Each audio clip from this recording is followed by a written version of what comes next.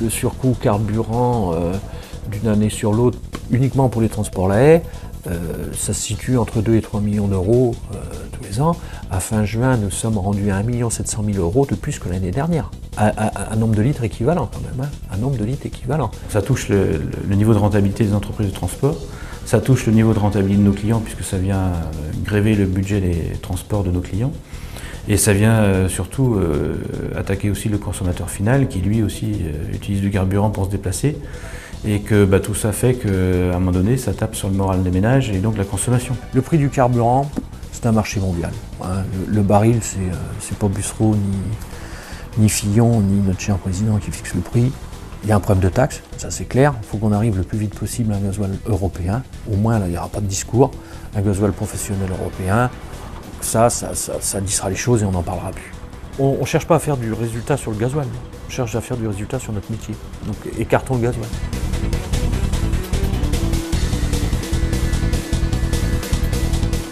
Par contre, il y aurait certains moyens quand même pour gagner de la productivité, c'est peut-être augmenter le code de route et passer à 44 tonnes au lieu de 40.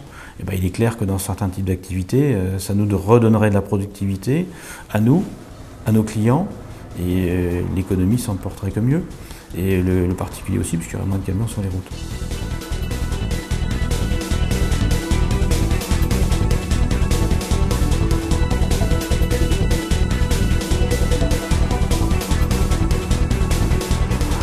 Tout le monde peut constater l'augmentation importante des camions sur les routes. Aujourd'hui, il n'y a pas d'alternative ferroviaire à ce problème. Je suis un fervent défenseur du transport multimodal, mais pas n'importe quoi à n'importe quel prix.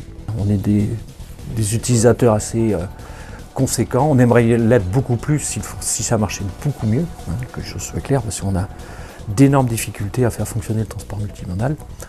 Quel est l'intérêt de faire conduire un conducteur de nuit? Bon, il en faut 2 pour faire un Lille-Bordeaux. De nuit au lieu de mettre ça sur le train. Il n'y a aucun intérêt.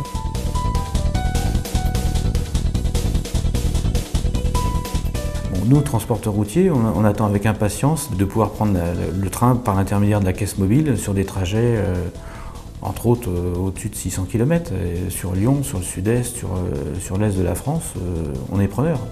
Les sillons de la SNCF sont largement aussi encombrés que les routes. On sait qu'un train de voyageurs, ça circule de 6 h le matin jusqu'à 22 h le soir. Mais il faut entretenir les voies la nuit. Et une voie de chemin de fer, on ne met pas des cônes, on ne dévie pas le train comme ça pour dire tiens, tu vas passer à côté, comme on fait sur la route. Donc c'est assez complexe.